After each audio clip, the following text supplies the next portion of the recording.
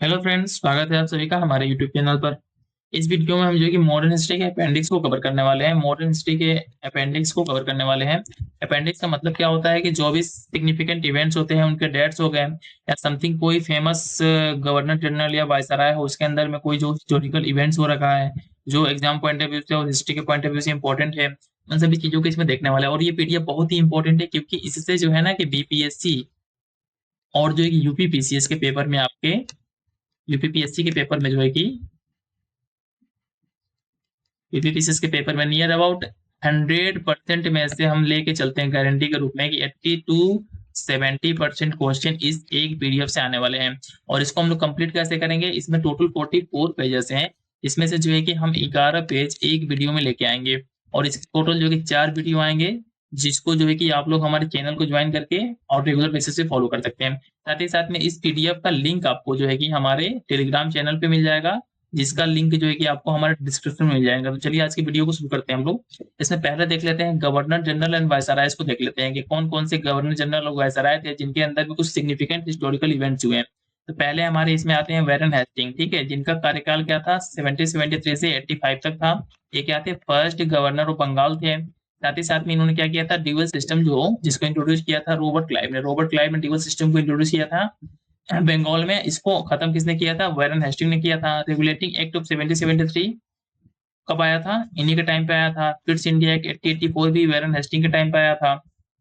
1774 में supreme court of Calcutta में जो सुप्रीम कोर्ट को एस्टेब्लिश करने की बात हुई थी, ये इनके टाइम पे ही हुआ था। फिर एक्ट ऑफ 1781 देख लेते हैं, जिसके द्वारा जो है कि गवर्नर जनरल और जो सुप्रीम कोर्ट ऑफ कलकत्ता है, इनके पावर को डिमार्केट कर दिया गया था, मतलब सेपरेट कर दिया गया था। ये भी जो है कि वारेन हेस्टिंग के टाइम पे आया था। फिर इजरदारी सिस्टम को देख लेते हैं। ये सिस्टम जिसको जो है कि इंट्रोड्यूस किसने किया था? इंट्रोड्यूस किया था यहाँ पे शाहजहां ने अपने टाइम पे। लेकिन जो कि ब्रिटिश इंडिया में इसको किसने इंट्रोड्यूस किया था? वारेन हेस्टिंग ने किया था। इसमें क्या होता था ना कि बोली लगती थी, और जो बोली लगाएगा सबसे बड़ा, उसको जो है कि रेवेन्यू कलेक्ट करने का अधिकार दे दिया जाएगा। इसके बाद से नेक्स्ट क्या है हमारा? Introduce the office of collector. Office of collector को इंट्रोड्यूस किसने किया था? वारेन हेस्टिंग ने किया था। नेक्स्ट हमारा क्या है? दीवानी और फौजदारी अदालत सिस्टम को इंट्रोड्यूस किसने किया था? वारेन हेस्टिंग ने किया था। बहुत ही इंपॉर्टेंट है, पेपर में पूछता है कि दीवानी और फौजदारी अदालत सिस्टम को इंडिया में किसने इंट्रोड्यूस किया था? तो इसको इंट्रोड्यूस किया था हमारे वारेन हेस्टिंग ने। फिर एक पॉलिसी आती है, जिस पॉलिसी का नाम है पॉलिसी ऑफ रिंग फेंस, ठीक है। पॉलिसी ऑफ रिंग फेंस को इंडिया में इंट्रोड्यूस किया था वारेन हेस्टिंग ने। उसके अंदर क्या था कि इसके अंदर होता क्या था कि बंगाल जो था, यहाँ पे ब्रिटिश इंडिया के मैक्सिमम काम यहीं पे होते थे। तो इसको प्रोटेक्ट करने के लिए फ्रॉम अफगान और मराठा से एक बीच में स्टेट था जिसका नाम था अवध। इसको ऐसे बफर जोन के रूप में यूज करते थे। इसको जो है कि मिलिट्री फोर्टिफाइंग कर दिए, मतलब मिलिट्री वगैरह यहाँ पे स्टेब्लिशमेंट कर दिए, जिससे जो है कि अफगान से और मराठा से बंगाल को प्रोटेक्ट किया जा सके। अब इसमें देखिए, मैंने उन्हीं चीज जो चीज आपको ऊपर बताया वो इसमें लिखा हुआ है, creating buffer zone to defend companies frontiers, ठीक है। Fortifying Awadh as a buffer zone to protect the Bengal from the Afghan and Marathas. इसके साथ ही जो first newspaper of British India का था, कौन था? बंगाल गजटे बाय हाईकी 1780 में। इसको भी जो है कि वारेन हेस्टिंग के टाइम में लाया गया था।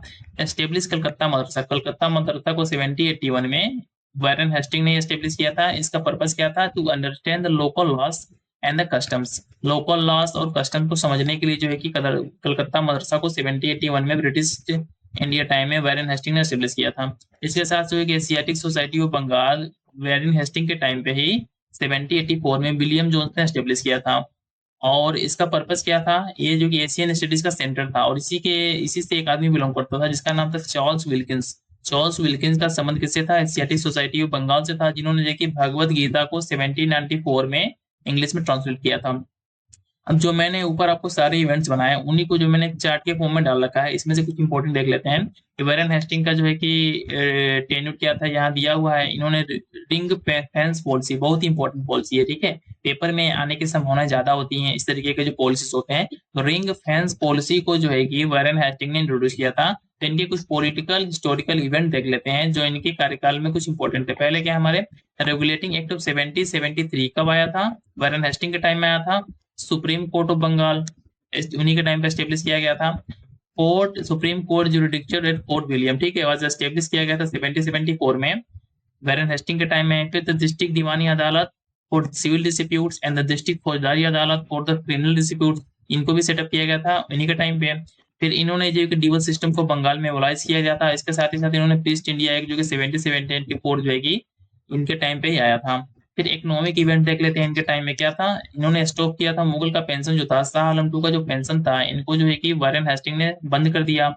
फिर से इन्होंने कुछ एक्सपेरिमेंट किए लैंड सेटलमेंट्स के साथ। ठीक है, क्या किया इन्होंने 1772 में जो 5 ईयर का सेटलमेंट होता था उसको चेंज करके उन्होंने 1 ईयर का कर दिया। ठीक है, इसके साथ साथ इन्होंने क्या किया कि ट्रेजरी ऑफ मुर्शिदाबाद, मुर्शिदाबाद में जो ट्रेजरी था इनके का, उसको प्रोटेक्ट करने के लिए उन्होंने कलकत्ता शिफ्ट कर दिया मराठा के इन्वेजन से।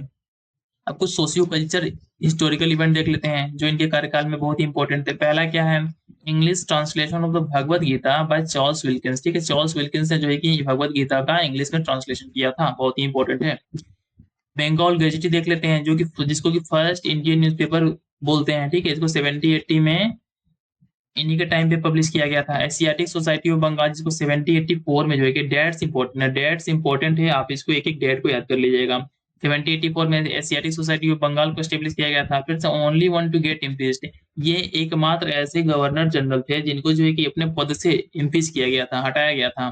तो ये इंपॉर्टेंट हो जाता है आपके पेपर के व्यू से कि कौन से ऐसे मात्र गवर्नर जनरल थे ब्रिटिश इंडिया के टाइम में जिनको अपने पद से हटाया गया था। कौन है, वारेन हेस्टिंग है।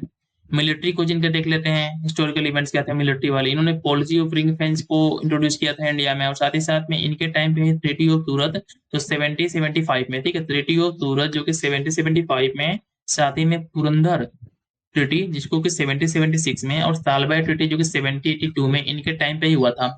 इनके टाइम पे कुछ युद्ध लड़े गए थे, तो कुछ युद्ध वार देख लेते हैं। फर्स्ट एंग्लो मराठा वार इनके टाइम पे हुआ था, सेकेंड एंग्लो मराठा वार इनके टाइम पे हुआ था। ठीक है, अब इसके बाद से जब इनको हटा दिया गया तो ब्रिटिश इंडिया में जो कि नेक्स्ट हमारे गवर्नर जनरल कौन बन गया है, वो थे लॉर्ड कार्नवालिस।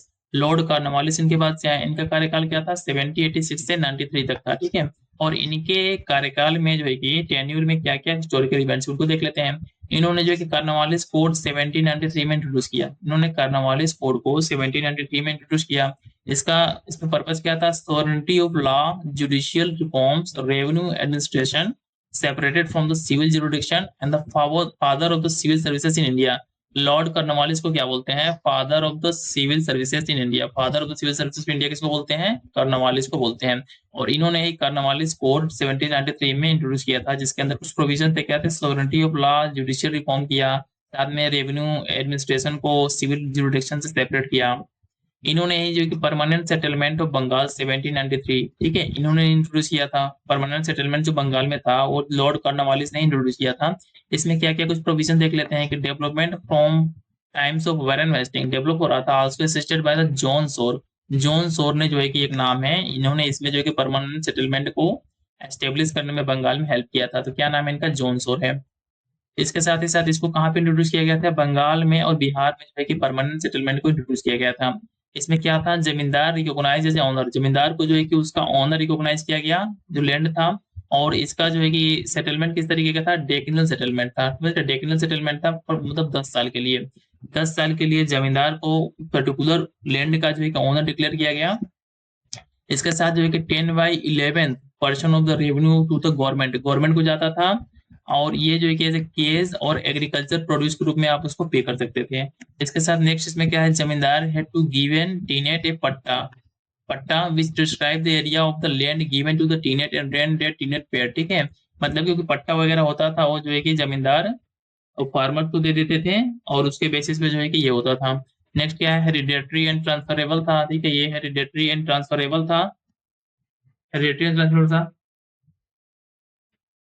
इसके बाद से Europeanisation of the administration machinery and introduce civil services. ठीक है, इन्होंने जो है कि सिविल सर्विसेज को इंट्रोड्यूस किया था, और साथ ही साथ में इन्होंने जो है कि यूरोपियनाइजेशन ऑफ एडमिनिस्ट्रेशन मशीनरी, जो भी इंडिया में मशीनरी उसमें वर्क करती थी लैंड से रिलेटेड कोई भी, उसको जो है कि यूरोप के मॉडल पे जो है कि चेंज किया था।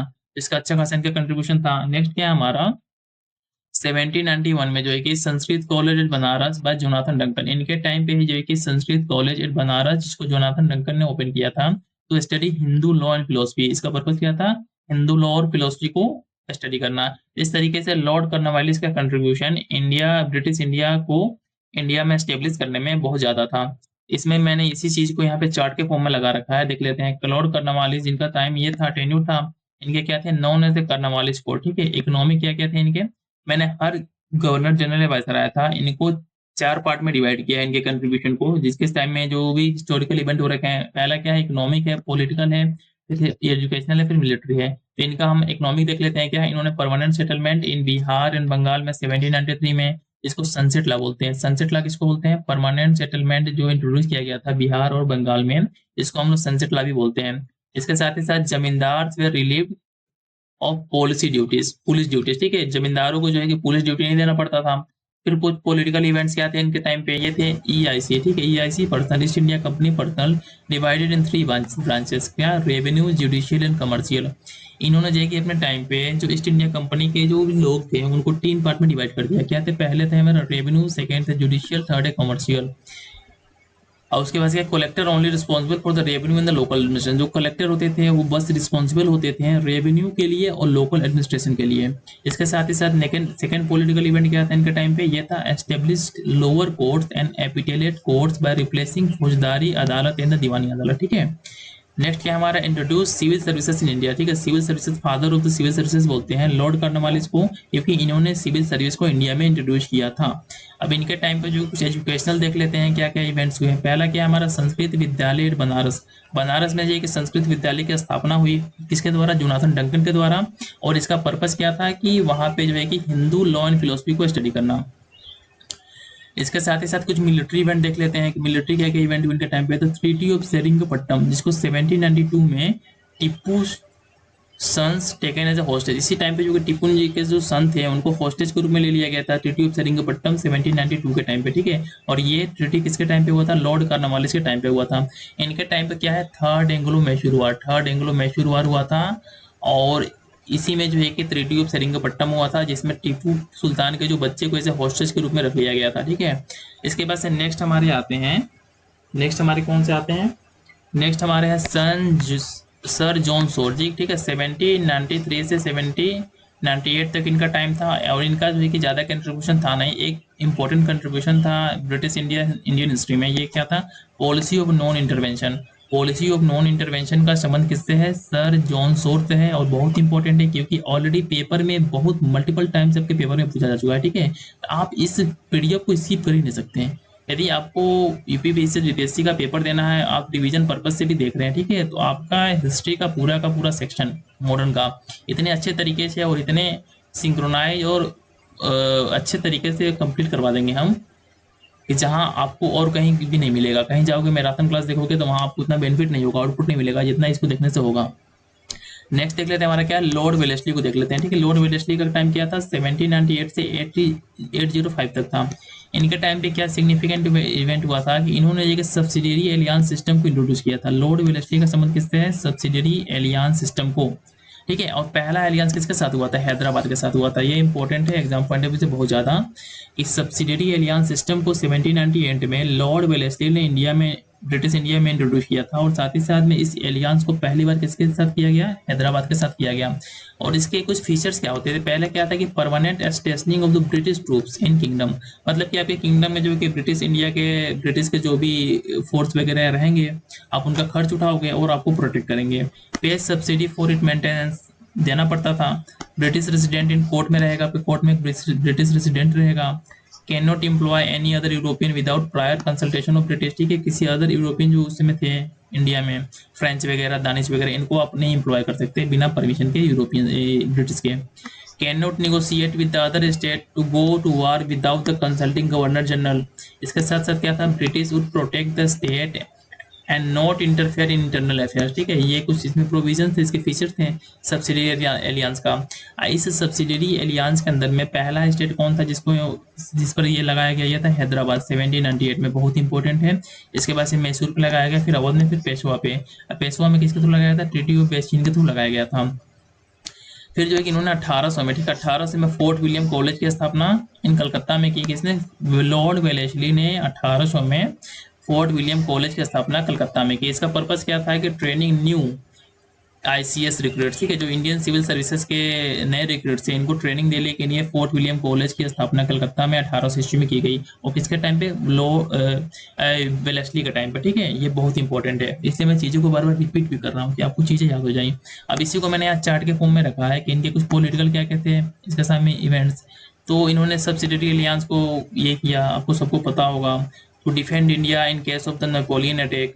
ठीक है, हैदराबाद को पहले, फिर मैसूर को, फिर अवध को, फिर मराठा को, फिर राजभवन कलकत्ता, कलकत्ता में राजभवन को एस्टेब्लिश किया 1803 में। इसके साथ ही फोर्ट विलियम कॉलेज कलकत्ता 1800 में for training of the ICS, मैंने ऑलरेडी बताया आपको ऊपर। मिलिट्री में क्या क्या था इनका, सेकेंड एंग्लो मराठा वार ये हुआ था, फिर ट्रीटी ऑफ पेचिन किया था 1802 में। फिर जो कि इन्होंने took over the administration of the Tanjore, ठीक है, तंजौर का, सूरत का और कर्नाटक का जो है कि एडमिनिस्ट्रेशन को अपने हाथ में ले लिया था। इनके टाइम पे एक सिग्निफिकेंट इवेंट क्या हुआ था, इन्होंने फोर्थ एंग्लो मैसूर वार, देखिए जिसमें कि टीपू सुल्तान का डेथ हो गया था। फोर्थ एंग्लो मैसूर वार में टीपू सुल्तान का डेथ हो गया था, किसके टाइम पे लड़ा गया था, वेलेस्ली के टाइम पे लड़ा गया था। इसके बाद से नेक्स्ट हमारे आते हैं गवर्नर जनरल, जिसका नाम था हमारा लॉर्ड हेस्टिंग, ठीक है, लॉर्ड हेस्टिंग आते हैं। ये हमारे क्या है 1813 से 1823 तक रहे इंडिया में। तो इनके टाइम पे कुछ इवेंट देखते हैं, क्या है, polity of non intervention ends, जो नॉन इंटरवेंशन की पॉलिसी थी, जिसको सर ये जो ऊपर मैंने भी आपको बनाया, कि सर जॉन सोर ने इंट्रोड्यूस किया था, इसको जो है कि इन्होंने खत्म कर दिया थी, किसने, लॉर्ड हेस्टिंग ने इसको खत्म कर दिया। और इसने डिक्लेयर कर दिया war against the Gurkhas of Nepal and ended with the treaty of Sagauli. Treaty of Sagauli जो 1816 ईस्वी में हुआ था, किसके टाइम पे हुआ था, लॉर्ड हेस्टिंग के टाइम पे हुआ था। ठीक है, इसके साथ ही साथ इन्होंने रैतवारी सिस्टम को इंट्रोड्यूस किया इंडिया में, किसके सहायता से, अलेक्जेंडर रीड, ठीक है, और इसको जो है कि and Thomas Munro Alexander Read ने रैतवारी सिस्टम को इंडिया में इंट्रोड्यूस किया, किसके टाइम पे, लॉर्ड हेस्टिंग के टाइम पे। और ये थॉमस मुनरो कौन थे, ये थे हमारे गवर्नर ऑफ मद्रास थे उस समय। ठीक है, मद्रास में इंट्रोड्यूस किया गया था रैतवारी सिस्टम को, जो है कि परमानेंट सेटलमेंट को बिहार और बंगाल में इंट्रोड्यूस किया गया था। साथ ही साथ में जो रैतवारी सिस्टम था, इसको जो है कि हमारे साउथ में मद्रास में इंट्रोड्यूस किया गया था। कहाँ कहाँ पे इसको इंट्रोड्यूस किया गया था, मद्रास में, बम्बई में, प्लस सिंध, कुर्ग और असम में, इन सभी जगहों पे जो है कि रैतवारी सिस्टम को इंट्रोड्यूस किया गया था। इसमें क्या होता था, डिटेल लैंड सर्वे करते थे लोग, उसके बाद से जो है क्या होता था, land rights with the peasant, peasant के पास से लैंड के राइट्स थे। जमींदारी सिस्टम में क्या था कि जो लैंड का राइट था जमींदार के पास था, लेकिन जो है कि रैतवारी सिस्टम में लैंड का राइट किसके पास था, पीसेंट के पास था, किसानों के पास था। जैसे कि देखिए यहाँ पे मैंने लिखा है यहाँ पे। फिर जो है कि peasant responsible for the direct payment to state, मतलब पीजेंट तो किसान थे, डायरेक्ट पेमेंट करते थे स्टेट को। Peasant could not sublet sell mortgage stand, मतलब अपने लैंड को ना ही कुछ किसी को दे सकते थे, ना ही सेल बेच सकते थे, ये सब यहाँ पे जो है कि प्रोविजन थे इसके अंदर। इसके साथ ही साथ जो है कि माहलवारी सिस्टम बाय होल्ट मैकेंजी, ठीक है, बहुत इंपॉर्टेंट है। माहलवारी सेटलमेंट को होल्ट मैकेंजी ने 1822 ईस्वी में, कहाँ पे, नॉर्थ वेस्ट प्रोविंसेस, जो नॉर्थ वेस्ट प्रोविंसेस है हमारे, जो है कि जो गुजरात का इस टाइप का एरिया है, ठीक है, उधर का एरिया है, वहाँ पे जो है कि माहलवारी सेटलमेंट सिस्टम को 1822 में होल्ट मैकेंजी ने इंट्रोड्यूस किया था। ठीक है, इसका पर्पज क्या था, collected the revenue by the village headman. इसमें क्या होता था, एक विलेज का, हर विलेज में एक विलेज हेडमैन होता था। ठीक है, विलेज हो गया, उसका एक हेडमैन होगा, ये जो है कि आपको जो भी रेवेन्यू है इसको कलेक्ट करके क्या करेगा, ब्रिटिश इंडिया को जो है कि दे देगा। ठीक है, ब्रिटिश इंडिया को ले जाके यहाँ पे दे देगा। तो इस तरीके से जो है कि हमने देखा कि दो तरीके के सिस्टम, रैतवारी सिस्टम जिसको जो है कि अलेक्जेंडर रीड प्लस इन थॉमस मुनरो ने लॉर्ड हेस्टिंग के टाइम पे इंट्रोड्यूस किया था, साथ ही साथ माहलवारी सिस्टम को भी लॉर्ड हेस्टिंग के टाइम पे ही इंडिया में इंट्रोड्यूस किया गया था नॉर्थ वेस्ट प्रोविंसेस में। ठीक है, इसके साथ ही साथ पॉलिसी ऑफ पैरामाउंटेंसी है, ठीक है, इसका संबंध किससे है, लॉर्ड हेस्टिंग से ही है। 1817 में जो कि हिंदू कॉलेज, ठीक है, कलकत्ता में स्टेब्लिश किया गया अबाउट डेविड हरे एंड राजा राम मोहन राय। राजा राम मोहन राय और डेविड हरे ने जो कि हिंदू कॉलेज की स्थापना की। और ये इवेंट कब हुआ था, ये इवेंट हुआ था लॉर्ड हेस्टिंग के टाइम पे ही। थर्ड एंग्लो मराठा वार कब हुआ था, लॉर्ड हेस्टिंग के टाइम पे ही हुआ था। थर्ड एंग्लो मराठा वार भी लॉर्ड हेस्टिंग के टाइम पे ही हुआ था। अब जो भी हमने ऊपर बताया उनको जो क्या चार्ट फॉर्म में लिख रखा है उनको देख लेते हैं। पॉलिटिकल इवेंट क्या थे इसमें, ended the policy of non intervention, creation of the Bombay presidency in 1818, ठीक है। इकोनॉमिक देख लेते हैं, establishment of ryotwari system in Madras, ठीक है, रायतवारी सिस्टम इन मद्रास, बस मद्रास में नहीं, मद्रास के साथ कहाँ पे था, ये था हमारा बम्बे, सिंध, कुर्ग और असम में भी था। ठीक है, यहाँ बस मैंने एक लिखा है, लेकिन वहाँ पे उन सभी चीज़ों को देख लीजिएगा। इसके साथ ही साथ माहलवारी सिस्टम था जिसको कि नॉर्दर्न इंडिया में इंट्रोड्यूस किया गया था थॉमस मुनरो के द्वारा। एजुकेशनल देख लेते हैं, इसमें क्या है, general committee of the public instruction was form, general committee of the public instruction was form in 1823। इसको कब फॉर्म किया गया था, लॉर्ड हेस्टिंग के टाइम पे ही। साथ ही साथ में हिंदू कॉलेज को एस्टेब्लिश किया गया था, ठीक है, कलकत्ता में, किसके द्वारा, डेविड हरे और राजा राम मोहन राय के द्वारा। कुछ मिलिट्री देख लेते हैं, इनके साथ इवेंट क्या है, थर्ड एंग्लो मराठा वार हुआ, इसके साथ ही साथ ट्रीटी ऑफ सगोली उन्होंने साइन किया। इसके बाद से जो पिंडारी का इशू था, ठीक है, पिंडारी वार था, इसको जो है कि complete destruction of the Pindari clan of India, इसको किसने किया था? वेरन हेस्टिंग ने किया था। ठीक है, वेरन हेस्टिंग का संबंध किससे है? पिंडारी वार से है। ठीक है, तो बहुत इंपॉर्टेंट है ये वेरन हेस्टिंग, इनको देखिएगा आप। ठीक है, नेक्स्ट हमारे क्या आते हैं? ये आते हैं हमारे लॉर्ड एमरहेस्ट। ठीक है, लॉर्ड एमरहेस्ट का टाइम क्या था इंडिया में? 8023 से 8028 तक। इनके देख लेते हैं यहाँ पे मिलिट्री क्या क्या की इन्होंने मिलिट्री में।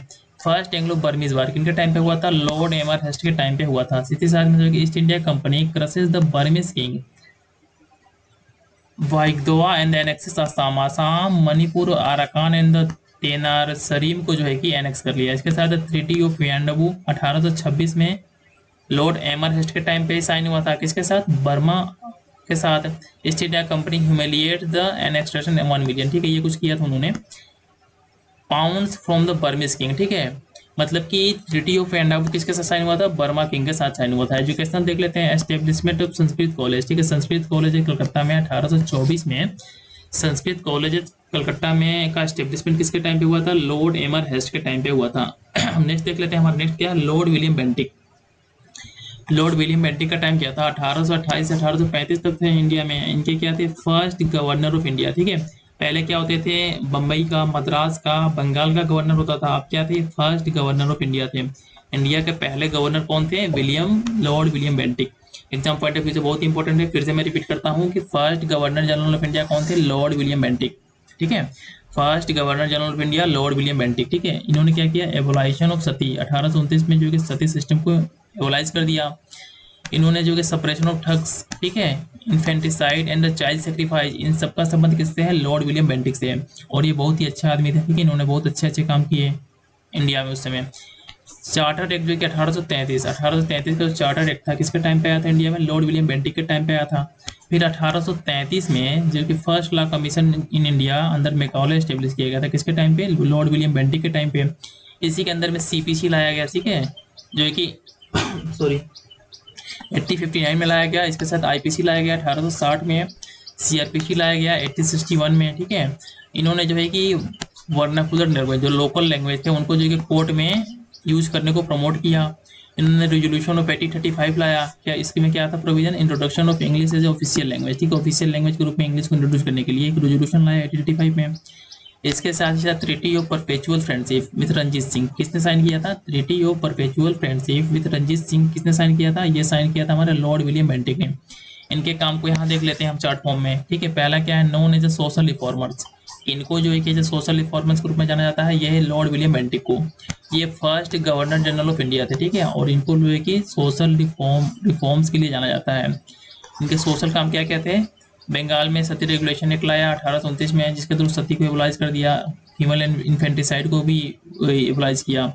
Suppression of thuggee William Bentinck से रिलेटेड है। Christian missionary get exclusive right to separate Christianity in India. ठीक है, इनके टाइम पे जो है कि क्रिश्चियन मिशनरी को कुछ राइट दे दिए गए, जिसके थ्रू जो है कि ब्रिटिश इंडिया में जो है कि अपने धर्म का प्रचार कर पाए। Medical college and hospital Calcutta इनके टाइम पे स्टेब्लिश किया गया। कुछ एडमिनिस्ट्रेटिव देख लेते हैं। पहला क्या है? फर्स्ट लॉ कमीशन 1833 में अंदर लॉर्ड मेकाले के टाइम पे, इनके टाइम पे स्टेब्लिश किया गया। फिर से Mahalwari system in central India. ठीक है, और जो है कि पंजाब एंड वेस्टर्न यूपी में महलवारी सिस्टम को इंट्रोड्यूस किया गया। इसके बाद से चॉल चार्टर एक्ट, जिसको सेंट हेलिना एक्ट भी बोलते हैं। ठीक है, 1833 के एक्ट को इनके टाइम पे आया था। इसमें इंपॉर्टेंट क्या है कि महलवारी सेटलमेंट को इसके टाइम पे सेंट्रल इंडिया, पंजाब और वेस्टर्न यूपी में इम्प्लीमेंट किया गया। ये थे हमारे लॉर्ड विलियम बेंटिक। ठीक है, supreme court of Bengal ended, Bengal में जो सुप्रीम कोर्ट था उसको खत्म कर दिया गया। इसके साथ ही साथ appointment of the commissioners of revenue and circuit, इसको अपॉइंटमेंट किया गया। Abolition of the provincial courts APL in the circuit set up in Cornwallis। ठीक है, option introduce for using vernacular language in courts. ठीक है, इसको एजुकेशन सिस्टम में देख लेते हैं क्या क्या था इसमें। इंग्लिश एजुकेशन एक 1835 को लाया गया इनके टाइम पे, जिसमें English made as official language, English को ऑफिशियल लैंग्वेज बना दिया गया। अब नेक्स्ट देख लेते हैं हमारा क्या थे। नेक्स्ट हमारे क्या थे? लॉर्ड मेटकॉल्फ। लॉर्ड मेटकॉल्फ का टाइम पीरियड क्या था इंडिया में? ये था 1835 से 1836 तक। तो इसमें क्या था इनका कि new press law removing restriction on press. ठीक है, एक नया प्रेस लॉ लाया। इसके थ्रू उन्होंने जो कि जो प्रेस का रिस्ट्रिक्शन था इसके पहले, उसको खत्म कर दिया। इसलिए इनको क्या बोलते हैं? Liberator of the Indian press. Liberator of Indian press के नाम से किसको जानते हैं? लॉर्ड मेटकॉल्फ को जानते हैं। फिर से मैं इस बात को रिपीट करता हूँ आपके, कि आपको याद हो जाए। लॉर्ड मेटकॉल्फ को लिबरेटर ऑफ इंडियन प्रेस के नाम से जानते हैं, ठीक है। नेक्स्ट देख लेते हैं, हमारा नेक्स्ट है हमारा लॉर्ड ऑकलैंड, ठीक है। लॉर्ड ऑकलैंड का टाइम क्या था हमारे इंडिया में? 1836 से 42 तक थे इंडिया में।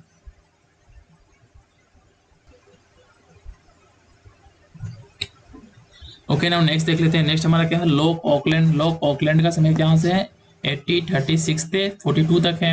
इन्होंने क्या इंट्रोड्यूस किया इंडिया में? Forward policy. फॉरवर्ड पॉलिसी का संबंध किससे है? जिसको अफगानिस्तान में इंट्रोड्यूस किया गया था, इसका संबंध किससे है? लॉर्ड ऑकलैंड से है, ठीक है। इसका इसमें इसमें एम क्या था इसका? Lead to the first Anglo Afghan war, जिसके कारण जो है कि फर्स्ट एंग्लो अफगान वार हुआ। किसके टाइम पे हुआ था? लॉर्ड ऑकलैंड के टाइम पे हुआ था। और फॉरवर्ड पॉलिसी का संबंध किससे है? लॉर्ड ऑकलैंड से है। फिर नेक्स्ट देख लेते हैं, हमारा नेक्स्ट इसमें इंपॉर्टेंट गवर्नर कौन है? गवर्नर ऑफ इंडिया कौन है? Lord heading. लॉर्ड हैडिंग जो है कि इनका कार्यकाल क्या था इंडिया में? 1844 से 48 तक इंडिया में थे ये। इनके टाइम पे क्या पहला सिग्निफिकेंट इवेंट हुआ? फर्स्ट एंग्लो सिख वार। फर्स्ट एंग्लो सिख वार किसके टाइम पे हुआ था? लॉर्ड हैडिंग के टाइम पे हुआ था। और इसके थ्रू जो है ट्रीटी ऑफ लाहौर साइन हुआ था, जो कि 1846 में साइन हुआ था।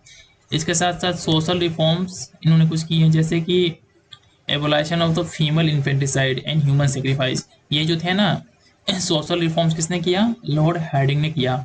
अब लॉर्ड डलहौजी को देख लेते हैं, बहुत फेमस है, ठीक है। लॉर्ड डलहौजी बहुत फेमस है। ये कब से कब तक इंडिया में थे? 1848, ठीक है। 1848 से 56 तक ये इंडिया में थे। इनकी पॉलिसी क्या थी? एक्सपेंशनिस्ट पॉलिसी थी, मतलब कि ब्रिटिश एम्पायर को एक्सपेंड करना है। इसमें इनके टाइम पे क्या हुआ था? सेकेंड एंग्लो सिख वॉर हुआ था। सेकेंड एंग्लो सिख वॉर किसके टाइम पे हुआ था? लॉर्ड डलहौजी के टाइम पे हुआ था। इसमें कि एनेक्सेशन ऑफ पंजाब, पंजाब को जो है कि ब्रिटिश इंडिया में एनेक्स कर लिया गया, मिला लिया गया 1849 में। इनकी पॉलिसी क्या थी? Doctrine of lapse. Doctrine of lapse policy का संबंध किससे है? लॉर्ड डलहौजी से है। इनमें क्या था कि जिनके बेटे लड़के नहीं थे, मतलब जिन राजा राजघरानों के, ठीक है, उनको जो है कि वो अपने अंदर एनेक्स कर लेते थे। इसके थ्रू पहला स्टेट कौन था जिसको एनेक्स किया गया? सतारा था, जिसको 1848 में सतारा को एनेक्स कर लिया गया ब्रिटिश इंडिया में। और ये बहुत इंपॉर्टेंट हो जाते हैं ये स्टेट, क्योंकि यूपीपीसीएस के पेपर में होता क्या है कि एक कॉलम यहाँ बना देगा, एक कॉलम यहाँ बना देगा, स्टेट का नाम दे देगा, यहाँ ईयर दे देगा, बोलेगा किसको किस सन में एनेक्स किया गया ब्रिटिश इंडिया में, आप इसको मैच कर दो। तो ये डेट्स हमारे बहुत ही इंपॉर्टेंट हो जाते हैं, ठीक है। सेकंड क्या है? जल्दपुर और संबलपुर, ठीक है, इसको 1849 में एनेक्स किया गया। उदयपुर को 1852 में, झांसी को 1853 में, नागपुर को 1854 में, और साथ ही साथ ने अवध को, ठीक है, अवध को भी को 1856 में ब्रिटिश इंडिया में शामिल कर लिया गया। और इसका जो है कि इस पे क्या था? इस पे जो कि miss governance and refusing reforms, ठीक है, इसका आरोप लगा के उसको ब्रिटिश इंडिया में मिला लिया गया। इस पे जो कि डॉक्ट्रिन ऑफ लैप्स नहीं लगाया गया था, ठीक है, इस बात का ध्यान रहे कि इसको डॉक्ट्रिन ऑफ लैप्स के अंदर में अवध को जो है कि ब्रिटिश इंडिया में शामिल नहीं किया गया था। इसको शामिल किया गया था miss governance and refusing reforms के बेस पे। इनके टाइम पे क्या था? बेथुने कॉलेज, बेथुने कॉलेज को 1849 में कलकत्ता में फीमेल एजुकेशन के लिए जो है एस्टेब्लिश किया गया। बेथुने कॉलेज को 1849 में कलकत्ता में फीमेल एजुकेशन के लिए किसके टाइम पे एस्टेब्लिश किया गया था? लॉर्ड डलहौजी के टाइम पे, ठीक है। इन्हीं के टाइम पे जो कि Wood dispatch, would education dispatch, जो कि 1844 में आया था, इन्हीं के टाइम पे आया था। इसमें क्या था? प्रोविजन में क्या था? Opening of Anglo vernacular schools and the government college, also known as, इसको किसके किसके रूप में जानते हैं? Magna Carta of the English education in India. इसको Magna Carta of the English education in India के रूप में भी जाना जाता है। नाउ नेक्स्ट देख लेते हैं। नेक्स्ट इसमें क्या है कि इसमें इसके कुछ प्रोविजन क्या थे इसमें, वुड स्पेस नीति में क्या क्या प्रोविजन थे? फर्स्ट हमारा जो है कि अगेंस्ट द ओरिएंटल एजुकेशन, जो भी ओरिएंटल एजुकेशन थे उसके अगेंस्ट था ये। इसको प्रो यूरोपियन एजुकेशन भी बोलते हैं, ठीक है। इसमें प्राइमरी स्कूल के बारे में बात की गई, जिसको कि वर्नाकुलर लैंग्वेज में, लोकल लैंग्वेज में इसमें पढ़ाया जाएगा। सेकंड क्या था? हाई स्कूल, इसमें जो है कि एंग्लो, जो कि इंग्लिश एंग्लो वर्नाकुलर, मतलब कि दोनों का मिक्स होगा। इसके साथ साथ थर्ड क्या था हमारा? कॉलेज, कॉलेज में क्या था? इंग्लिश एज एन लैंग्वेज होगा हमारा, ठीक है। तो इस तरीके से देख रहे हैं ना, वुड डिस्पैच जो आया था, वुड एजुकेशन डिस्पैच, इसमें जो है कि तीनों एजुकेशन सिस्टम की बात की गई, प्राइमरी स्कूल, हाई स्कूल और कॉलेज, तीनों की बात की गई, ठीक है। इसके बाद से नेक्स्ट देख लेते हैं यूरोपियन लर्निंग विल, ठीक है। इसमें क्या था? Improve moral character of India and the create demand to for British goods, ये इनका पर्पज था। इसके बाद इसमें थर्ड क्या था कि affiliating university in presidency town of Calcutta, Bombay and Madras, ये कुछ प्रोविजन थे वो डिस्पैच में। प्रोमोटेड वुमेन एजुकेशन की बात की गई, सेकुलर एजुकेशन की बात की गई, टीचर ट्रेनिंग की बात की गई, ये सब इंपॉर्टेंट है, ठीक है। Advocated for the government responsibility of educating the mass, ठीक है। इसमें फर्स्ट टाइम बोला गया है कि हम पूरे के पूरे मास सिस्टम को एजुकेट करना चाहते हैं, मतलब इंडिया के कुछ कम लोगों को नहीं, बहुत ज़्यादा लोगों को एजुकेट करना चाहते हैं। अब इसी को क्या बोलते हैं हम, रिफ्यूटिंग द डाउनवर्ड फिल्ट्रेशन थ्योरी। इसने जो है कि पहले से चली आ रही जो डाउनवर्ड फिल्ट्रेशन थ्योरी थी, इसके बेसिस पे होता था कि हम वो इंडिया के बहुत ही चुने लोगों को एजुकेट करेंगे, इस थ्योरी को रिफ्यूट किया गया।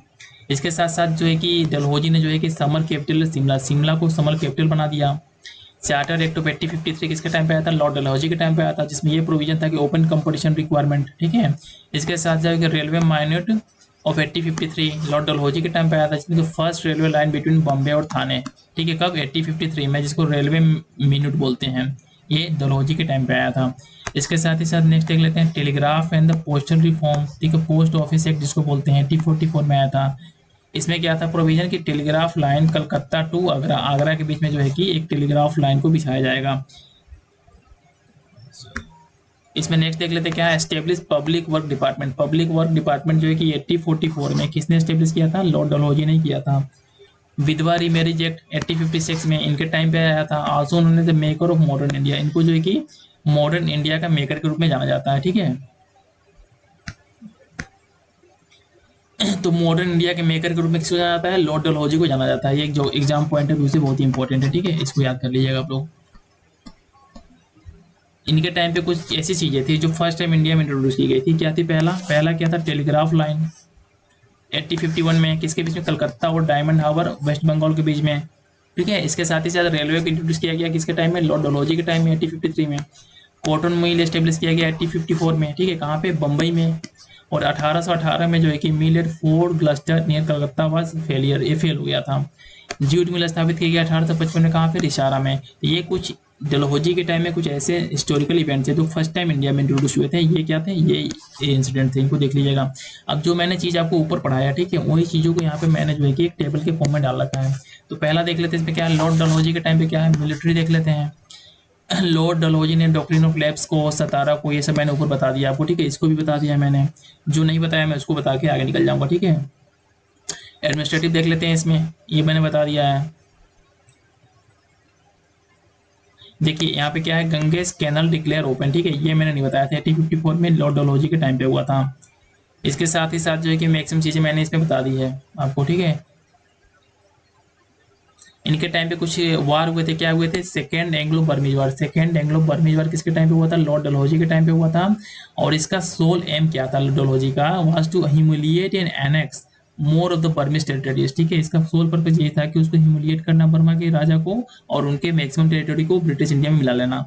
इसके साथ ही साथ जो कि संथाल रिवेलियन था जो 1855 में हुआ था, ये भी लॉर्ड डलहौजी के टाइम पे हुआ था, बहुत ही इंपॉर्टेंट है। इस संथाल रिवेलियन किसके टाइम पे हुआ था, कौन थे उस समय इंडिया के गवर्नर जनरल, तो ये थे हमारे लॉर्ड डलहौजी, ठीक है।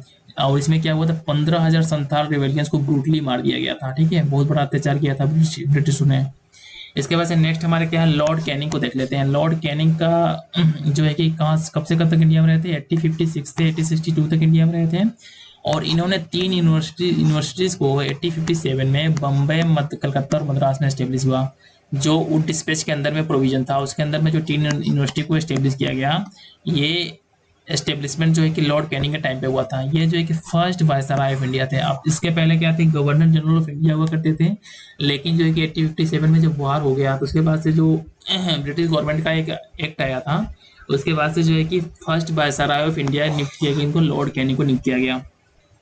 और साथ ही साथ में ये भी ध्यान रहे आपको कि लॉर्ड कैनिंग जो है कि 1857 के जो हुआ था हमारा रिवॉल्ट, उस समय लॉर्ड कैनिंग के वायसराय थे। इन्होंने क्या किया, transfer of control from EIC to the crown, government of India act 1858 के अंदर में, ठीक है। व्हाइट म्यूटिनी हुआ था बाय यूरोपियन ट्रूप्स 1859 में, किसके टाइम पे हुआ था, व्हाइट म्यूटिनी का संबंध किससे है, यूरोपियन ट्रूप से संबंधित है, यूरोपियन जो आर्मी थी। और ये 1859 में हुआ था। इसमें क्या हुआ था, difference between the queen's army and the European army, जिसको army of East India company, मतलब कि दो तरीके की आर्मी थी इंडिया में, एक ईस्ट इंडिया कंपनी की आर्मी थी, एक क्राउन का आर्मी था। इन दोनों के बीच में डिस्ट्रीब्यूट हो गया किसी चीज को लेके, इसको लेके क्या हुआ था, व्हाइट म्यूटिनी हुआ था। इंडियन काउंसिल एक्ट 1861 जो है कि इनके टाइम पे आया था। साथ ही साथ में इनके समय पे एक सिग्निफिकेंट इवेंट ये हुआ था कि आर्कियोलॉजिकल सर्वे ऑफ इंडिया को, एएसआई को 1861 में एस्टेब्लिश किया गया। ठीक है, आर्कियोलॉजिकल सर्वे ऑफ इंडिया को एस्टेब्लिश किया गया था 1861 में। किसके किसके टाइम पे? लॉर्ड कैनिंग के टाइम पे। लॉर्ड कैनिंग के टाइम में जो यहाँ पे चार्ट में देख लेते हैं क्या है। हिंदू विधवा रीमैरिज एक्ट 1856 किसके टाइम पे आया था? लॉर्ड कैनिंग के टाइम पे आया था। आर्कियोलॉजिकल सर्वे ऑफ इंडिया किसको 1861 में स्टेब्लिश हुआ था? लॉर्ड कैनिंग के टाइम पे। ठीक है, बजट को इंट्रोड्यूस किया गया, ठीक है, लॉर्ड कैनिंग के टाइम पे। गवर्नमेंट ऑफ इंडिया 1858 आया। साथ ही साथ में इंपीरियल सिविल सर्विस का प्रोविजन लॉर्ड कैनिंग से संबंधित है। Indian council act 1861 Lord Canning से संबंधित है। साथ ही साथ में enactment of the Indian penal code 1862 में इनका भी संबंध लॉर्ड कैनिंग से है। और इनके टाइम पे कोई कि कुछ हुए थे। देखिए 1857 का जो मैंने अभी ऊपर बताया आपको कि 1857 का जो रिवोल्ट हुआ था उस समय इंडिया के गवर्नर जनरल कौन थे? लॉर्ड कैनिंग थे, जो कि बाद में इंडिया के पहले वायसराय हो गए। इंडिगो रिवोल्ट जो हुआ था 1859 से 60 के बीच में किसके टाइम पे हुआ था? लॉर्ड कैनिंग के टाइम पे हुआ था। व्हाइट म्यूटिनी जिसको बोलते हैं यूरोपियन ट्रूप्स के बीच में हुआ था, ये इनके टाइम पे हुआ था। British crown to East India company इनके टाइम पे ही। फिर जो कि उसके बाद से गवर्नर जनरल जो है कि वायसराय हो गए, और जो कि फर्स्ट वायसराय हमारे लॉर्ड कैनिंग ही थे। अब नेक्स्ट हमारा देख लेते हैं क्या इसमें, लॉर्ड लॉरेंस को देख लेते हैं। लॉर्ड लॉरेंस का टाइम क्या था इंडिया में? 1864 से 69 के बीच में था। इनकी पहली पॉलिसी क्या थी जिसके लिए फेमस थे? इनका पॉलिसी का नाम था पॉलिसी ऑफ मास्टरली इनएक्टिविटी। ठीक है, with respect to Afghanistan. Afghanistan के रिस्पेक्ट में इन्होंने एक जो पॉलिसी अपनाया, उस पॉलिसी का नाम था पॉलिसी ऑफ मास्टरली इनएक्टिविटी। तो इस पॉलिसी का संबंध किससे? लॉर्ड लॉरेंस से है। No need to interfere in its internal affairs and no need to keep British agent in court, ये इनका कहना था। तो जॉन लॉरेंस को लेके बस यही एक इम्पोर्टेंट है कि इनके टाइम पे क्या हुआ था, भूतान वार हुआ था। ठीक है, और इसके साथ ही साथ जो है कि एस्टेब्लिश इलाहाबाद हाई कोर्ट 1866 के इलाहाबाद हाई कोर्ट को एस्टेब्लिश किया गया था। ठीक है, जॉन लॉरेंस के टाइम पे। तो हमने ऑलरेडी जो है कि देख रहे हैं 7 पेज के लगभग हमने कंप्लीट कर लिया है। वीडियो ज़्यादा लंबा हो जाएगा इसलिए हम वीडियो को आज यहीं भी छोड़ रहे हैं। ठीक है, और नेक्स्ट वीडियो में हम देखेंगे लॉर्ड मायो से आगे का स्टार्ट करेंगे। ठीक है, लॉर्ड मायो से आगे का हम नेक्स्ट वीडियो में देखेंगे। और साथ ही साथ में आप लोगों को ये वीडियो अच्छा लगा हो तो वीडियो को लाइक और चैनल को सब्सक्राइब जरूर कर लीजिएगा। ठीक है, थैंक्स फॉर वॉचिंग, मिलते हैं नेक्स्ट वीडियो में।